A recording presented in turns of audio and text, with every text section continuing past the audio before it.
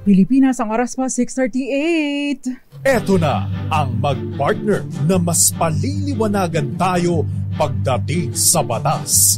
Mga payo ng mga abogado, mga usaping abogado na mas malinaw na pag-uusapan para mas maintindihan natin.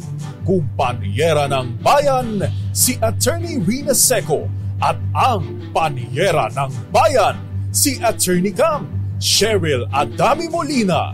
Dos Kumpanieras sa DZRH Radio, DZRH TV at DZRH Online. Bago mo kasuhan, bago ka pumirma, bago ka makipagkasundo, makinig muna sa Dos Kumpanieras. Dos Kumpanieras. Magandang gabi Pilipinas, ito pa ang programang Dos Kumpanieras at kami po ang inyong mga nakakasama tonight, ang mga panyera ng bayan. Ako pa si Attorney Rina Seco. Ako po si Attorney Cam. Tuloy-tuloy sa pagbabalita. Tuloy-tuloy sa serbisyo. Sama-sama tayo, Pilipino. Dos Kumpanieras. Malamig ba sa labas o mainit?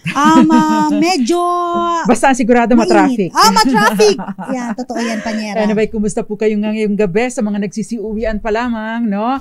Sana po ay hindi masyadong matraffic tonight, although kagabi, Attorney Cam, may portion lang na matraffic dito sa Bendia. Or kaninang umaga din. Pagtanghali pala, no? Or pag umaga pala, no? Napaka-traffic dyan sa Bendia area. Yes. Or mula doon sa Skyway, Attorney Cam, no? Kaya dyan sa Manaya X. Hindi na ako nag-na-EX Pero mas matraffic kasi dyan, mas mahaba. 17 kilometers ang drive ko kapag ka nagna-EX ako. Pero 13 kilometers lang ako kapag ka nagbebendiya. So nakakatipid. Plus nakakatipid pa sa, anong tawag doon? Sa fee. No, yung sa toll gate, no? Kasi dalawang toll gates ang dadaanan pag magnana-EX. Actually, tatlo Meron na namang ginagawa. Hindi ko maintindihan kung bakit dami na dami. Habang dumadami yung toll gates sa Attorney Cam, tuma-traffic. Sa Skyway. Kasi kung dito sa Bendia, 35 minutes. Pero kapag ka na-EX, mga 50 to 1 hour ang biyahe. Ayan. Dos Kumpanieras. Diba kaya tayo nag-Skyway, panyera, dahil para makatipid sa oras. Dahil hindi na baling mahal-mahal ang bayad. No? Kung mas traffic pa pala doon, sayang. Ay, dito na tayo. Sayang. Pera. Oo. Tapos mas malayo pa siya. No? So, waste of money siya, waste of time kapag ka magnana-EX. Bakit po ba dagdag kayo ng dagdag ng bayarin, pero lalong tuma-traffic? So, hindi mo lang maayos yung kanilang mga, Attorney Cam, may mga scanners, no? Ay, yung totoo yan. Oo, na pinaiinit nyo ang ulo ni Attorney Cam. Oo, mapa-auto-sweep o kaya easy trip. Ay, naku, totoo, pareho. Oo. Parehong may defect. Tapos ay may mga questionable pa na minsan, bakit ubos na kagad ito? Kaluload ko lang. Di ba may mga ganon? Magugulat ka. Tapos kakapalit mo lang ng iyong sticker. Abay, ayaw na naman. No? I-blame the sticker daw. Hindi naman sticker ang may problema, kundi yung scanner. Dos Kumpanieras. Anyway, bago pa po kami tuluyang magbunganga ni Attorney Cam, maganda po ang ating tatalakayin tonight dahil common na problema sa mga magkapit-bahayan, no, ay yung nasasakop yung bahagi, no? Mabuti sana kung 1 inch lang. 2 pulgada, 3 pulgada, 5 pulgada lang. Pero kung metro, like for example, 1 metro kwadrado, alam mo yung metro kwadrado, 1 square meter. Pagkatapos, syempre, usually pahaba ito, di ba? So, dumadami. Di ba, meron pong mga lugar na magkano ba? 125,000 per square meter. Diba? Lalo na pag dito sa Manila. Dito sa Maynila, no? Pag sa probinsya, bagamat mas mura-mura pa, no? 1,000 per square meter. Abay, kung ang haba niyan ay, halimbawa, 12 square meters, medyo malaki-laki na din ito, Attorney Cam. At kaya nga tayo nag-aadika, no? Para medyo may lupa tayo at medyo malaki-laki para kung sakasakaling lumaki ang ating pamilya, meron tayong enough space para sa extension ng bahay or expansion ng bahay natin. Dos Kumpanieras. Ay, ang problema ng iba, Attorney Cam, ay gustong may extension ng bahay, pero doon ini-extend sa lupa mo. Sa lupa ng iba. Sa lupa ng iba. O kaya, Attorney Cam, no? paunti-unti, bukas, isang ruler, no? Kasing haba ng isang ruler ang extend dahil ginagalaw yung muhon. Yung po bang lumalakad ang muhon, tinalo pa yung mga iba na talagang may paa ang muhon, araw-araw gumagalaw. Anong sinabi nung taong tatamad-tamad mag-exercise? Dos Compañeras. At kapag ka po ganito, ano nga ba ang pwede ninyong gawin? Kasi Attorney Cam, relevant sa ating talakayan, yung builder in good faith, builder in bad faith, at saka kung ano naman yung remedyo na pwede ninyong gawin, lalo pat kung kayo yung naaargabyado, no? At saka syempre relevant din ang si Attorney Cam, familiar si Attorney Cam dito doon sa usapin ng survey. Dahil si Attorney Cam ay maraming mga lupain na pinapa-survey. Marami akong pinapa-survey. May asyenda po ito si Attorney Cam sa Ilocos. Kaya po, yan, maaasahan natin sa usapin ng pagpapasurvey. Dos Compañeras. So, meron po tayong DZRH Malakas promo. Ang tanong, ano yung 2 basic rights ng isang builder in good faith? Okay, malalaman po ninyo ang sagot sa ating talakayan, no? At napaka-relevant dito, Attorney Cam, lalo na kung ikaw yung mga nakainan, or ikaw yung hindi mo naman kasi sinasadya, akala mo nung pagbili mo ng property, yun na talaga yun. Yun na ang nakagisnan mo, yun pala mali, no? Ay ano ba yung karapatan or obligasyon mo din, tatalakayin po natin yan. So if you have questions, 0919282648 or DZRH TV4K live stream sa YouTube. At syempre, Attorney Cam, saan pa ang mga platforms? Sa ating Facebook, huwag niyong kakalimutan, live na po kami. Pwede niyong mapanood sa DZRH News, DZRH News Team, at syempre sa DZRH Dos Compañeras Facebook page. Yes, at sasagot po kami sabi nga sa Bisaya, kutob sa aming makayanan hanggang sa makakaya namin dahil unang-una limitado ang oras, pangalawa napakarami na po mga existing ng mga questions, no? Kaya pagpasensyahan niyo na kung hindi namin nauubos ang inyong mga masagot ang inyong mga katanungan. Dos Compañeras. So, sa usapin po ng encroachment, kapag pinag-usapan niyo sinakop yung lupa mo sa legal parlance, ang tawag po dito ay encroachment, no? Nag-intrude sa property mo, hindi ito yung trespassing, no? Ibang usapin yung trespassing. Nakidaan lang 'yon, pero illegal, walang pahintulot mo. Pero itong encroachment, sinakop, no? Ano ba sa Tagalog yung attorney? Sinakop, di ba? Tama, no? Sinakop. Hindi yung buong lupa mo. Kasi pag buong lupa mo, kam-kam na yun. Land grabbing na yun, no? Itong encroachment, meron lang bahagi na hindi po yung buo. Kasi pag buo, iba na pong usapin yun. So, yung encroachment, yun yung sitwasyon kung saan ang isang property owner, nag-i-intrude, no? Sumasakop doon sa property ng iba, syempre kapag ka-property niyo pinag-usapan yung sumasakop, dapat magkatabi kayo. Kasi kung meron pa kayong pagitan, like for example, property ni Attorney Cam, property ni Norman Moraga, tapos si Norman Moraga ang sinakop yung property, hindi na siguro sakop yun. Kam-kam na yun because meron pang property sa pagitan namin. So, iba na pong usapin yun. So, it entails magkadikit ang inyong mga property para masakop yung portion lang ng property ninyo sa pamamagitan ng pag-extend ng structure, pagtatanim, o kaya binakuran lang, not necessarily yung structure na bahay o kung ano man, building, no? Whether it is intentionally or unintentionally, pero kasama po dito yung sowing and planting, no? Yung sinasabi ni Panyara na intentionally or intentionally, may alam ka na hindi sa'yo yan, pero nagtayo ka ng structure, binakuran mo pa yung hindi sa'yo. Yung unintentional naman, hindi mo alam na sa'yo, pero nabakuran mo siya, akala mo dahil sa'yo yan, o kaya natayuan mo ng structure kasi ang pagkakaalam mo, sa'yo yan.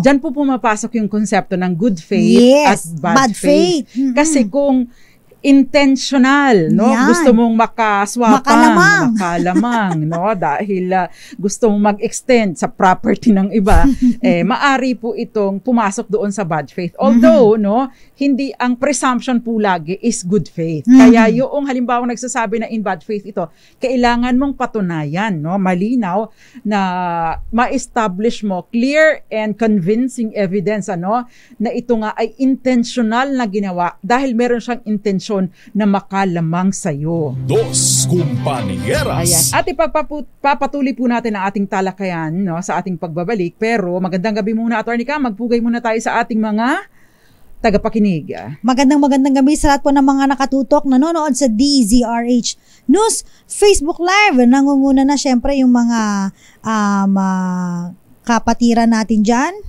Tagal ng internet ko na. Tiyara! Batiin ko lang si Mama Jovita, tsaka si Papa Will, Jerry Sumagaysay, and Leo Javares. Magandang gabi. Diyan po nanonood sa Puerto Princesa City, Palawan. Of course, magandang gabi din sa iyo. Ginoong Ray Mendoza, nagbabalik si Miss Maria Teresa Lazaro dyan sa Hong Kong, Ray Duque, Phil Barbie, at bakit pa si Ray Duque kung ano-ano mga pinagsasasabi niya na hindi na relevant.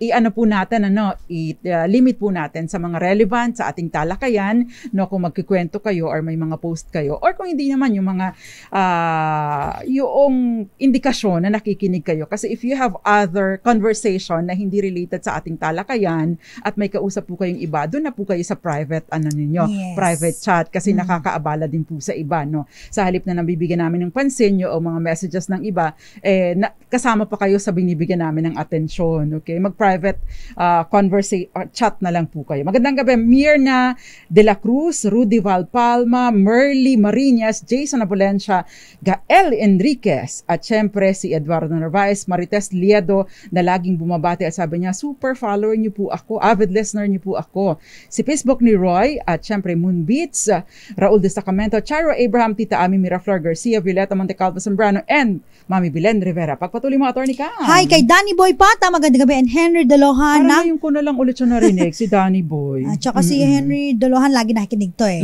Si Ray Duque, nabatin na ba natin to? At si Maria Teresa Lazaro, at si Phil Barbie, magandang gabi. At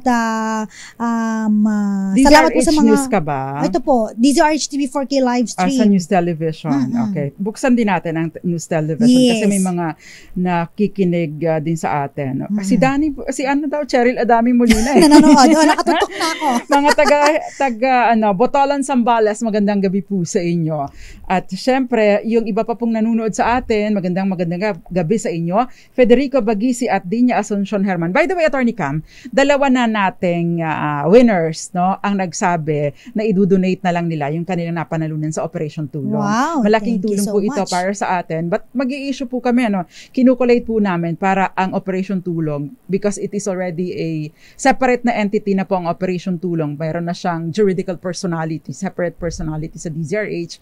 So, para po mas tutok yung pondo natin doon, mag-i-issue po kami ng official receipt at the end of the season. No? So, bibigyan po namin kayo ng screenshot, photocopy, or kahit picture lang para po patunay na natanggap talaga ng Operation Tulong ang inyong donasyon. Dos Compañeras. Okay, si Fernandito Hernando ng listening all the way. Diyan daw sa DOJ Provincial Prosecutor's Office ng Lingayen, Pangasinan. Magandang gabi po sa inyo. And Peter Albia, at of course yung maraming iba pang nanonood. At Atty. Cam, ulit mo nga ating DZRH Malakas promo question. Para sa lahat po ng mga gustong sumali, ano ang 2 basic rights ng isang builder in good faith?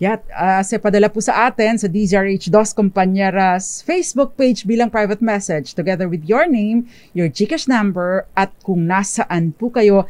At bago po matapos ang ating programa ay pipili tayo ng isang mananalo tonight. Josephine Garimbao and Joey Barbecho, magandang gabi sa iyo. At magbabalik pa ang programang Dos Compañeras. Ilan po muna mga paalala, kami pa rin po ang mga panyera ng bayan. Ako pa si Attorney Rina Seco. Ako po si Attorney Cam. Dito lang po sa Dos Compañeras. Dos Compañeras. Dos Compañeras. Nagbabalik pa ang programang Dos Compañeras. Kasama pa rin po ang mga panyera ng bayan. Ako po si Attorney Rina Seco. Ako po si Attorney Cam. At tinatalakay po natin yung mga pananakop ng lupa ng may lupa. Yan. So, again, if you have questions po, available po ang ating mga platforms para i-entertain ang inyong mga questions. But basically, before we pause for commercial, na-discuss na natin kung ano ba yung basic concept ng encroachment. Ayon na rin po sa provision doon sa ating civil code. Now, we made mention of intentional at saka unintentional. So kapag ka po intentional at unintentional, dito na pumapasok yung good faith at saka yung bad faith. Kapag ka po ito'y unintentional, maari pong dahil lang negligent o pagkakamali, hindi sinasadya, ano pa ba? Ano pa bang appropriate term? Hindi niya alam, no? Na pagkakamali, akala niya talaga, nagbakod siya doon or nagtanim siya doon, akala niya kasi talaga, yun ay kanyang bahagi pa ng kanyang property, ano. Pero iba pong usapin, kapag halimbawa po, nagtatayo sila, lupa ko po yan, andito po ang pamagitan natin, andito po ang aking kopya ng titulo, ito po ang technical description, although syempre, mahirap magbasa ng technical description. So, ang lagi nating pinagbabasihan ng mga pamagitan o boundaries, Attorney Cam, ay ang muhon. O kaya, lagi nating binabanggitan in our previous discussion, sinasabi natin, other than muhon, maglagay po kayo ng kakwate, o kaya sipres. Alam mo ba yun? Kakwate kasi, Attorney Cam, napakadali niyang tumubo, or anumang halaman, or alamang puno na mabilis tumubo at medyo lumalaki na mahirap naman bunutin. Bakit kanyo? Kasi at least pag tinanggal yung muhon, saglit lang ha, etong tanim na ito, dito ang muhon dati, eto ang pamagitan. No? Yan ang turo sa akin ng tatay ko dati. No? Para kung galawin man ng mga masasamang loob yung muhon, meron kayo na, kumbaga, ay reference, no? Point of reference para ma-identify, gumalaw nga ito, pinalakad nyo ang muhon. Diba? At Attorney Cam, sa ating civil code, sa ating revised penal code, no? If I'm not mistaken, that's Article 313, merong provision yung altering landmarks and mga, anong tawag doon, landmarks and boundaries, no? At ito po ay may kaukulang parusa sa ilalim po ng revised penal code. Dahil sabi po sa batas, yung altering boundaries and landmarks ay mayroon pong kulong, no, criminal na kaso mula, at ang penalty nito ay mula 1 araw, aresto minor lang naman, no? 1 araw hanggang 30 araw, no? At meron pa itong meron pa itong multa, no, na hanggang 20,000 or both. Kulong and multa. Siyempre, kung in bad faith kayo, malamang magagalit sa inyo si judge at isasabi sa, sige, tenga ka muna, staycation ka muna. No, staycation ka muna at magbayad ka pa din. Ayan. Dos Compañeras. Iba pa pong usapin, ano, kung may sisirain pa kayong bakod para lang galawin yung muhon dahil yung pong intentional na pagsira ng bakod, no, iba pa pong usapin yun. Ibang kriminal na kaso pa po yun, maliban pa sa liability para either i-restore o yung danyos, perwisyo na nagawa ninyo. No? Now, we go back to the bad faith and good faith. No? Yun pong sa batas po natin, no, meron pong presumption of good faith, no? So ibig sabihin pinapalagay na may mabuti, wala naman itong masamang intensyon, no? Walang malis. Pero kapag ka po merong mali siya or merong intentional talaga at malinaw itong mapatutunayan by a clear and convincing evidence, yun pong bad faith ay papasok na po yung bad faith. Dahil magkaiba po yung mga karapatan o sitwasyon kapag good faith. Kasi pagka good faith, Attorney Cam, nagpatayo ng structure doon, in good faith, believing na, akin pa, akala ko po talaga, akin ito. No? Kapag ka po yung nagkabistuhan na, no? Yun pong totoong may-ari ng portion na nasakop, meron po siyang karapatan. Meron din po siyang karapatan. Na una, syempre, karapatan niya na maibalik ito sa kanya. O kaya, pabayaran ito doon sa, pabayaran ito doon sa nag-encroach. Pero, no, kung hindi po binabayaran ng kung hindi magbabayad po kasi, kumbaga, ibalik mo sa akin yung property mo, babayaran ko yung nagastos mo dyan, no? So, itong nag-encroach, yung in good faith, no? Akala niya, yung lupa niya yun, may karapatan siya na ma-reimburse doon sa kanyang nagastos, at meron siyang karapatan na right of retention sa Tagalog yung Attorney Cam. Na mapanatili. Na yun muna hangga't hindi mo na-reimburse yung pala yun, no? So maaring hindi niya muna ibakantehin, no? Kasi maari pong ariin na nung totoong may-ari ng property yung ipinatayo doon nitong nag-encroach, nitong nakasakop. Ngayon, karapatan po noong nakasakop na in good faith, no, na ma-reimburse, mabayaran doon sa kanyang nagastos, at habang hindi pa siya nare-reimburse, pwede po niyang i-hold yun, no? Hindi pa pwedeng ariin. So, right of retention, and at the same time, right to be reimbursed, and at the same time, right of retention nitong nakasakop in good faith. Dos Compañeras. So, lilinawin ko ulit para malinaw.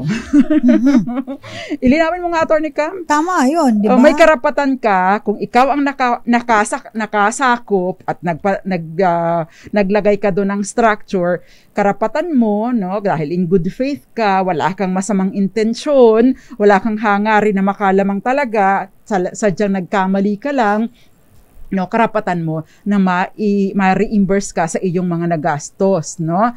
Pero habang hindi pa ka na-reimburse, may karapatan kang right to manatili, no, hangga't hindi ka pa nababayaran sa iyong nagastos, no? Kasi po pag builder in bad faith ka, ang ginagawa po diyan pag bad faith ka, pwedeng i-demolish yung yung iyong tinayo dyan, tas wala kang reimbursement. Tsaka diba? may pwede ka pang hingan ng danyos, perwisyo, or damages. Minsan may pagkakataon na hindi mo i-demolish, no? Pwedeng ipa-demolish ng may-ari ng lupa, at yung gasto sa pagpapademolish ipapakarga sa iyo. Yan. At dahil nga sabi ng batas, dahil hindi mo naman sinasadya at hindi mo alam na ito pala ay lupa ng iba. Pagka in good faith po ito. So sinasabi ng batas, sige, ikaw ay may karapatan na mabayaran, at kung hindi pa mabayaran, hindi pwedeng sirain yung yung tinayo mo doon. Diyan ka pa din. Diyan ka muna. Pero dapat mag-usap kayo. Pwede kasi kayo mag-usap na, sige, rentahan mo na lang muna. Yan, no? tama. Okay, may mga pagkakataon naman po dahil hindi na talaga wala na kayong koneksyon. Sige na lang, ganito na lang, magbentahan na lang tayo. Pwede. Ayan, pwede po itong pagkasundaan. May pagkakataon po na yung may-ari ng property, yung lupa, no, pwede niyang i-demand na, sige, bilhin mo na yan, bayaran mo na yung portion na sinakop mo, no? Kung ito pong structure na naitayo doon sa sinakop ninyo, ay mas mahal ang bayad, significantly mahal kumpara doon sa value ng lupa, no? Mas mahal ang value kasi halimbawa nagpatayo ka ng kaganda-gandang mansyon, no? Ay hindi mo naman pwedeng gibain yung mansyon para sa ilang square meters lamang, 'di ba? Yan. Dos Compañeras. Pero hindi po ito maaring igiit kung hindi naman nagkakalayo ang kanilang presyo. Yan. So, again, pwede pong i-demand na bayaran mo lang kung higit na malaki ang value nung ipinatayo kaysa doon sa lupa na pinagtayuan. Ang may karapatan na mag-demand na ito ay yun pong may-ari ng lupa. Dos Compañeras.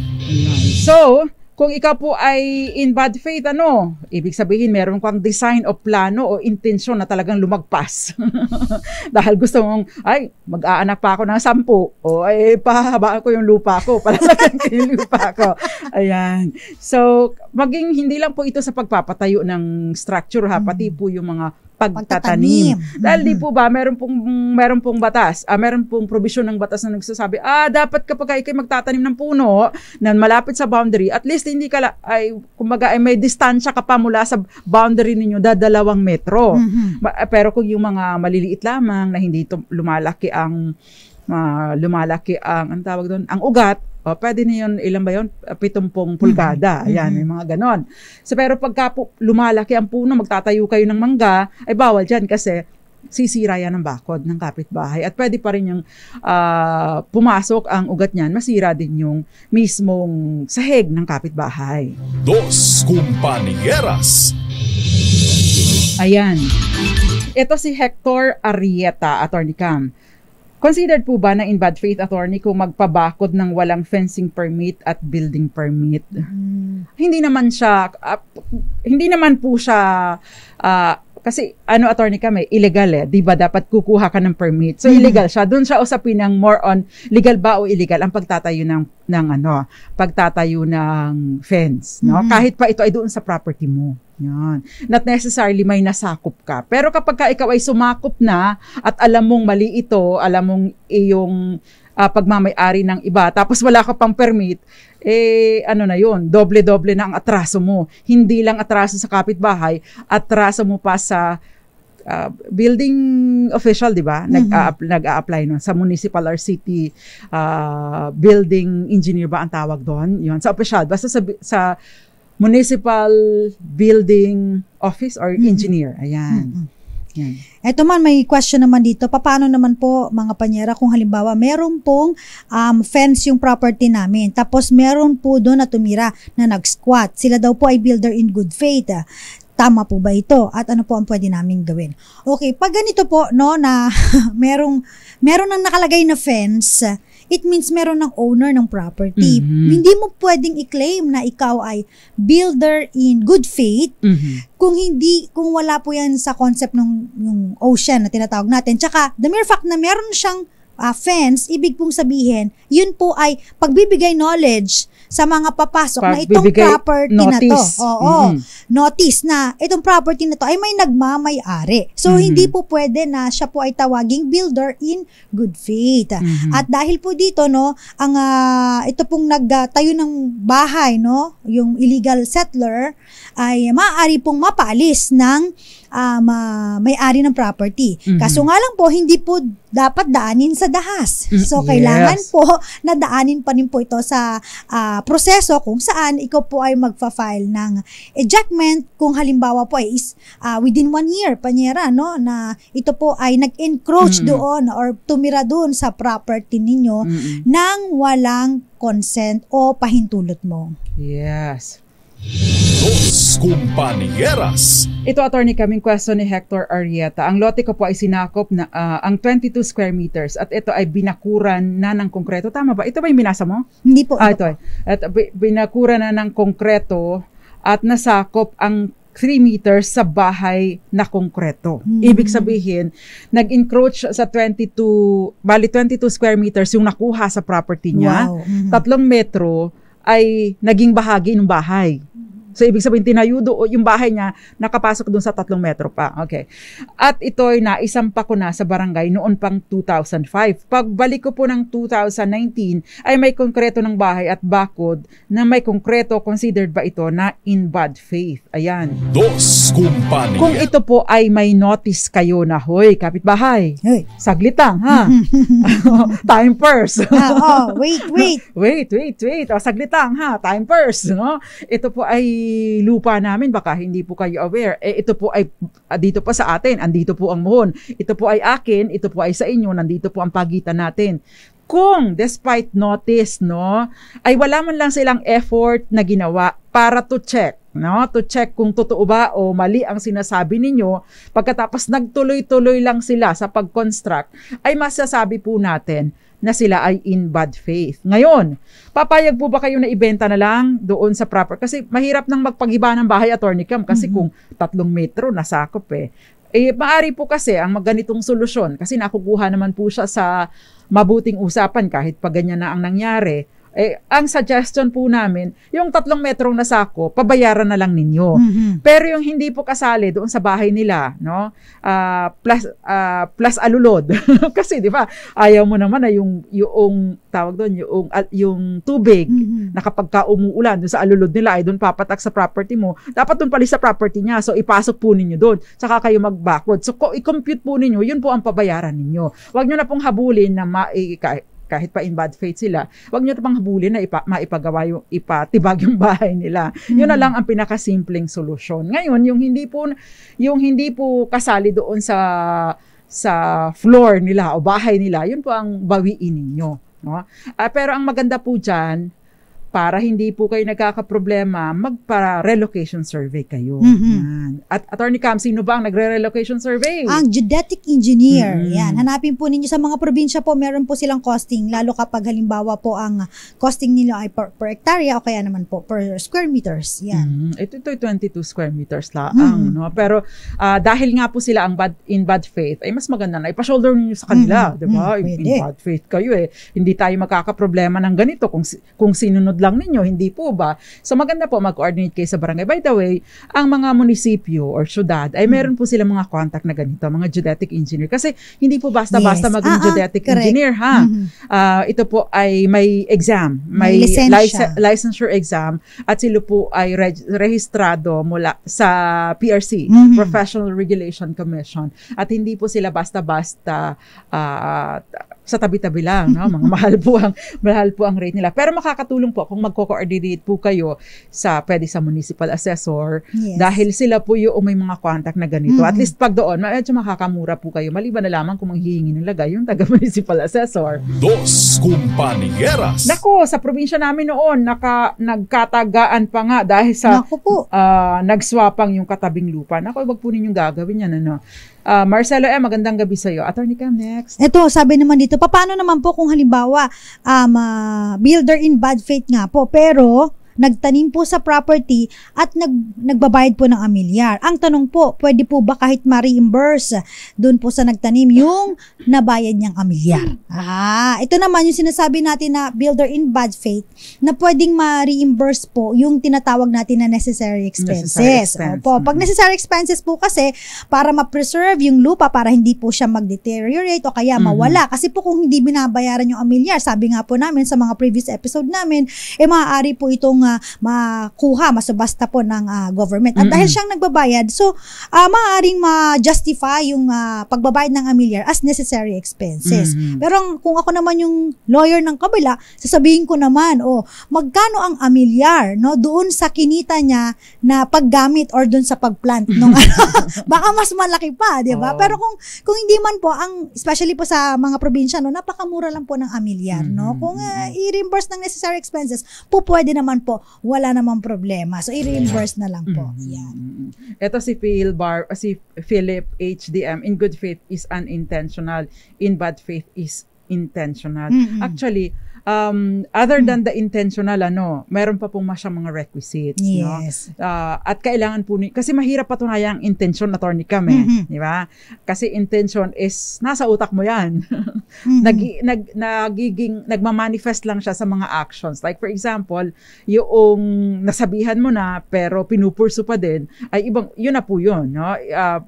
Manifestation of bad faith. Dos Compañeras. Okay. Before we pause for commercial, Attorney Cam, merong question dito. Si Cherry ng Himamayla, Negros Occidental. Itatanong ko lang po kung ano po ang pwedeng gawin sa lupa namin na nasakop po ng katabing lote. Nagpatitulo po sila. Kami naman, may title po at nasasakop po ang parte namin. Ano po ang pwede kong gawin? Ayan. Ito, Attorney Cam, wala naman siyang kwentong structure or pagbibuild, basta nagkasakupan lang. Ang pinakamainam po kapag kaganyan ng sitwasyon, nagtatalo na kayo, nung nasa ng pagitan, yan po pumapasok yung verification survey or relocation survey. Yung verification survey, pareho lang po yun ng relocation survey. Pero hindi po ito yung table survey. Kasi may mga table survey, Attorney Cam. Anong ibig sabihin ng table survey? Yung mga plano, ang tawag doon, yung map, doon lang sila sa map nagbabase at hindi na nila sinusukat ang lupa. So yun yung table survey. Ang tinitingnan na nila ay yung like subdivision plan or yung mga description doon, no? So, hindi nila talaga mini-measure ang lupa. Pero pagka po relocation or verification survey, nagkakaroon po ng actual na pagsusukat sa lupa, no? Dinidetermine yung meets and bounds, no? So, kaya lang po, dapat kayo ay closely coordinating ng kapitbahay ninyo, ng katabing lote, para kung sakasakaling may issue, no? Pwede po kayong gawin nyo, magpa-survey ka, papasurvey ako, no? Kapag ka may diferensya, di saka tayo mag-engage ng third party at patingnan natin ano ba yung mali niya at ano ba yung mali nito, di ba? Pwede niyo po kasing gawin yun. Dos Compañeras. Florence Regalo at gayon din si Afable Emeline ba yun? Magandang gabi po sa inyo. Sasagutin po namin yung question ninyo after sa ating commercial. But si Lenny, ikaw na ba magtatanong? Magko-commercial lang tayo Panyera, sabi mo 1 kanina. minute. pero ano Sige, ito muna tanong mo ha, yung ating question, yung mga gustong mabitin sa ating Malakas promo. Sagutin muna natin yung isang question sa pagbabalik. Paano naman po kung halimbawa inangkin po ang lupa namin, tapos gumamit po ng dahas puwersa at pananakot, ano po ang dapat namin gawin? At ito pa, ang ating Malakas question, ano po ang 2 basic rights ng isang builder in good faith? Kung nakikinig kayo kay Panyera, dapat alam nyo na yan. Itong mga nagtatayo ng bakod, no? At saka yung ginagawang sampayan. Ay, sa probinsya, ito, nagpabakod ka, kaganda-ganda ng bakod mo, no? Tapos ay ginawang sampayan. Ginawang sampayan. Yung mga sampayan, ang sinasampay pa, yung mga trapo, basahan. Di eyesore, di ba? Yung iba nagrereklamo, natatandaan ko, naging viral yung isang professor, university, or UP professor, Attorney Cam, dahil nagrereklamo siya, kakapagawa lang niya ng kanyang bakod, pero ginawang sampayan ng mga basahan at underwear ng kanyang kapitbahay. Dos Compañeras. At magbabalik pa pang programang Dos Compañeras, ilan po muna mga paalala, nakakasama pa rin po ninyo ang mga panyera ng bayan. Ako pa si Attorney Rina Seco. Ako po si Attorney Cam. Dito lang po sa programang Dos Compañeras. Dos Compañeras. Dos Compañeras. Nagbabalik pa ang programang Dos Compañeras. Kasama pa rin po mga panyera ng bayan. Ako pa si Attorney Rina Seco. Ako po si Attorney Cam. At syempre, tinatalakay po natin yung mga sakupan. Sakupan ng lupa. Yan. Usong-uso ito sa mga probinsya, Attorney Cam. Yun. So, again po, paalala po namin sa inyo. Maganda po, makakatulong. Yung muhon, tabihan nyo, no? Linyahan nyo na kaagad, no? Para magalaw man yung isa, putulin mo yung isa, mahihirapan pa siya. At kapag kakwate, Attorney Cam, or cypress, pag pinutol mo yan, tutubo at tutubo yan. Yung pala yun. So, mabubuhay pa siya. So, meron kang palatandaan talaga kapag pinalakad or nilagyan ng paa yung muhon ninyo. Dos Compañeras. Siyempre, by the way po, kapag ka po kayo ay hatulang guilty sa pagpapalakad ng muhon, no? Under Article 313 ng ating revised penal code. Bagaman po at napakaiksi ng parusa, no? Aresto menor lang hanggang 30 days at 20,000 lang yung fine, no? May criminal record ka, no? At by the way, kung halimbawa, ay sige lang, okay lang 'yan. Ibabalik pa rin po ito yung muhon doon. So hindi din kayo makakalamang. Nakulong ka pa, napagbayad ka pa. At kapag ka inulit mo ulit, pagamanat ka, hindi ka rin po bagamanat merong probation, no? Kapag ka mga ganyan, dahil mababa sa 6 years ang parusa, kapag ka umulit po, hindi ka na pwede maging qualified. Dos Compañeras. Kaya wag pa kakakampante. Paano ka mag-a-apply ng NBI clearance? Nagre-reflect din po yan. So, Attorney Cam, before we pause for commercial, meron kong question. Ang question po natin, paano naman daw po kung halimbawa, no, yung umangkin po ng aming property ay gumamit po ng dahas, puwersa at pananakot, ano po ang pwede namin gawin dito? Pag ganito po, no, yung pag-angkin ng property ninyo, forcible entry na ito, lalabas Panyera, no? At pwede ka muna, kung halimbawa, pinasok lang? Pinasok? Ino-occupy na? Inaangkin na? Oo. Gumamit ng dahas puwersa at pananakot daw. Alerto po kayo. So, sige, go on, Attorney Cam. Unang-una, Panyera, so kung forcible entry ito, kung kapitbahay mo lang naman ito, so sige, ireklamo siya sa barangay, no? Magsama ka na ilang testigo, and then mag-usap kayo sa lupo ng barangay. Kung hindi po kayo magkasundo, wala pong settlement, again, pwede kayo humingi ng certificate to file action. At kailangan mo na dito ng assistance ng abogado dahil magpa-file ka na ng forcible entry at kailangan mo itong ma-file, no, within 1 year, sa loob ng 1 taon na ikaw po ay napaalis po sa iyong property, sa iyong lupa, no? So yun po, no, yun ang hirap kapag halimbawa po, no, yung gumagamit na ng violence. Kapag ka po may mga pananakot na yun pong halimbawa nagte-threaten na papatayin kita, yun po ay ibang kaso. Iba rin Pwede yun. po yung pumasok sa grave threats. Yung parusa po nun, 1 degree lower doon sa actual na kaso. No? For example, homicide or murder, mas mababa sa ng 1 degree. By how many, depende po sa kung anong maipaparusa sa inyo. Kung ito ay grave threats or less serious lang o less grave. Ayan. Dos Compañeras. Ito si Charo Abraham, sabi niya, yung pong iba po paggabi naka-on ang kuryente kaya patay yung nagtangkang umakyat sa bakod. Pero bawal po ito, ha. No, bawal din po itong maglagay ng live wire kapag ka po ganyan na, mas pinahahalagahan po rin po ng batas yung ating buhay. Ayan. So may question pa dito, si Lenny Santos, halimbawa po naman, hindi sinako pero giniba po ang bakod, inayos na po namin pero sinira na naman po nila. Naku. Dahil ginagawa po nilang daanan. Tapos po, nabidyohan pa po ng anak ko yung paninira. Ayan. Kapag ka po yung mga ganito, paninira, na pwede po siyang pumasok doon sa malicious mischief, hindi po delicious mischief, ha? Linawin ko lang. Malicious mischief na pinarurusahan naman po sa ating revised penal code. Isa rin po itong krimen. Mababa lang po ang parusa. Yung kulong niya ay depende po. Ito ay, basta hindi po nagfo-fall doon sa tinatawag nating arson, yung destruction. Kasi yung arson, kahit pag gaano kaliit ang nasunog, pasok po yun sa arson, pero dito po sa malicious mischief, may sinira. Ito po ay either dahil may gante, may awayan kayo at gumaganti, or trip lang niya, or talagang kagaya nito, sinira para ginagawa pa rin nilang daanan at para I hope lang na ito ay hindi kasali doon sa meron na talagang easement or yung road right of way. Kasi kung iba pong usapin niyo, kailangan po ninyo magharap sa barangay. Pero ito po pwede na po ninyo itong kasuhan, malicious mischief. Ayan. Dos Compañeras.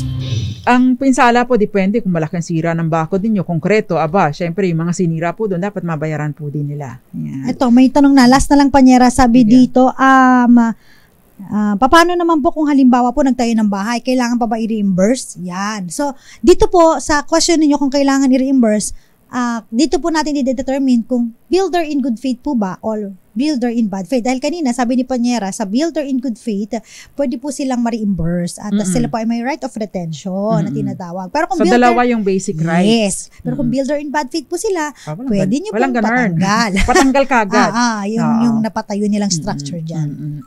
Ayan. So, magandang gabi po kay Florence Regalo, nanonood po sa atin sa Pila, Laguna. Salamat po sa pag-share ng inyong kaalaman. Magandang gabi din kay John Rojas. May property line ba ang bangketa? Kasi po meron tayong tinatawag na easement na hanggang 3 metro. So, hindi po ninyo dapat na ino-occupy yun. So, yun yung bangketa, Attorney Cam, right? Yung sa tabi ng bahay mo. Yes. Diba? Sa tabi ng pagitan mo ng bahay mo at pagitan ng bahay mo o ng lupa mo at saka ng kalsada. Yan yung bangketa. So, mayroon pong 3 metro na inaalat or nire-require ang batas. Si Afable Emmeline, sabi niya, good evening po. Nauna po kaming maglagay ng fence. Then, kapitbahay po, pininturahan ang likod at ginawa ng sampayan. Tama po ba na hindi man lang po nagpaalam? Yan po mga usapin na yan. Bagamat annoying talaga, nakakainis. Dapat po pinag-uusapan po ninyo. Huwag niyo na pong awayin. Kausapin niyo, kapitbahay, baka naman ganito. Baka diba? Pwede naman, baka naman. O, kaya nga, Attorney Cam, yung pagkakataon na nag-uusap ang kapitbahay, yung kalahati ng mag-ambag tayo, kalahati ng buong stretch na yan, hati sa'yo, hati sa akin, So, ito yung gastos natin. Pwede nyo pag-usapan yun kasi pareho naman kayong nakikinabang sa bakod. Dos Compañeras. Yung question ni Pretzel, yung paano daw masasabi na in good faith or bad faith, wala naman pong nakatayong bahay or establishment, bakod lang po talaga.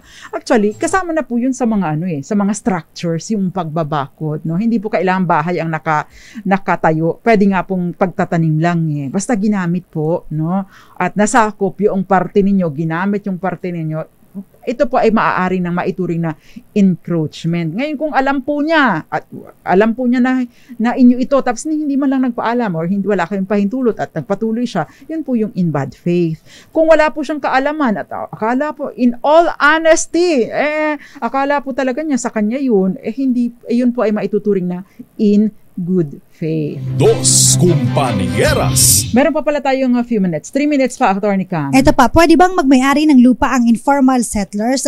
Depende po yan. Kung halimbawa po tinatanong ninyo kung pwede sila o may kakayahan sila magmay-ari, kung sila po ay beneficiaryo ng mga pabahay po ng gobyerno, maaari po silang magkaroon ng pagmamay-ari ng lupa. Pero kung halimbawa sila po ay nakikitayo doon sa ibang property, pribadong property, hindi po kahit kailan magiging may-ari ang mga informal settlers dahil again po, kahit magpossess sila yung sinasabi nilang ocean, hindi po magiging validong rason yun para sila po ang maging may-ari ng property na titulado na at pagmamay-ari na po ng iba. Yun.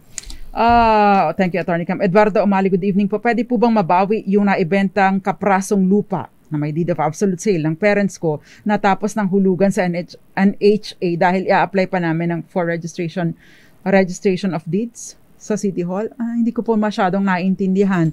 Paano po babawiin? Ibinenta na po ba ninyo? Kasi kung naibenta na po ito at lagpas na po doon sa holding period na 10 taon kasi tipo ba kapag ka-under ng socialized housing, yun pong beneficiary ay hindi maaring ibenta yung bahay na kanyang nakuha sa socialized housing sa loob ng 10 taon. Kung lumagpas na po ng 10 taon at hindi pa pagado o ibig sabihin hindi pa fully paid, kailangan po niyang maghingi ng permiso sa NHA. In fact, Attorney Cam, in some areas, sinasabi nila, oy, pag binenta mo ito dahil mura itong ibinigay sa inyo ng gobyerno, magbabayad ka ng no, sa gobyerno dahil ibinenta mo, binigay sa iyo ng mura, tapos binenta mo, pinagkakitaan mo. You are to remit to the government, I don't know how much, no? So, yun po. Dos Kumpanya. Pero kung naibenta nyo na at saka valid naman ang bentahan, paano po ninyo, bakit po ninyo babawiin? Hindi po ba? No? Okay.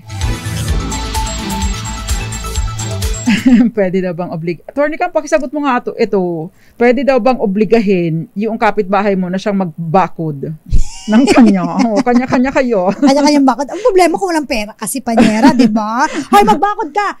Ang pera, sige, bakuran mo, ikaw na lang. Okay, ito, paano po yung right of way na tinaniman at may mga puno na tinalian ng baka? Tama po ba yun? Sumbong nyo po sa barangay. Kung yan po ay right of way, hindi po dapat yan ginagalaw. Pero sana po yung right of way na established na legal, no? Kasi ang right of way po, binabayaran ito at pinaparehistro po ninyo. Anyway, ang bilis ng oras, Attorney Cam, no? Hindi po natin naubos ang inyong mga questions. Pero maraming salamat po sa pagsama ninyo sa amin. Sa tanong na, Attorney Cam. Sa ating Malakas promo, sa katanungan na, ano ang 2 basic rights ng isang builder in good faith? Aba, ang sagot, Attorney Cam. Reimbursement. Right of reimbursement at saka right of retention. Congratulations sa iyo. Yan ang sagot niya ni Danica Ferrer ng Malabon. Congratulations sa iyo. At magandang gabi po muna sa mga iba pang nakatutok sa atin, lalong-lalo na si Ginoong Manuel Nonato, General Scarface. Magandang gabi po sa inyo. Pretzel, Michael Bay and Chia Laron, at Marcelo M, Maricor Angeles. Attorney kami mga pahabol ng pagbati. John Rojas, Rico Macanto, Eduardo Umali, Florence Regaro, Alfable Emalin at Nato Nakasi. Si Jun Di Makutak ay nanunood sa atin. At nabanggit mo ba yun? Sorry, hindi not listening. Dos Kumpanya. Anyways, antabayanan po ang susunod na programang Lunas at Lunas Extension. Nakasama po ninyo tonight yung mga nag-assist sa atin, mga nabanggit na rin naman natin ang mga pangalan nila. Maraming salamat po. At syempre, si Jerry Raval Barreto. Ako naman po, Attorney Rina Seco. Ako po si Attorney Cam. Tuloy-tuloy sa pagbabalita. Tuloy-tuloy sa serbisyo. Sama-sama tayo, Pilipino. Dos Kumpanyas.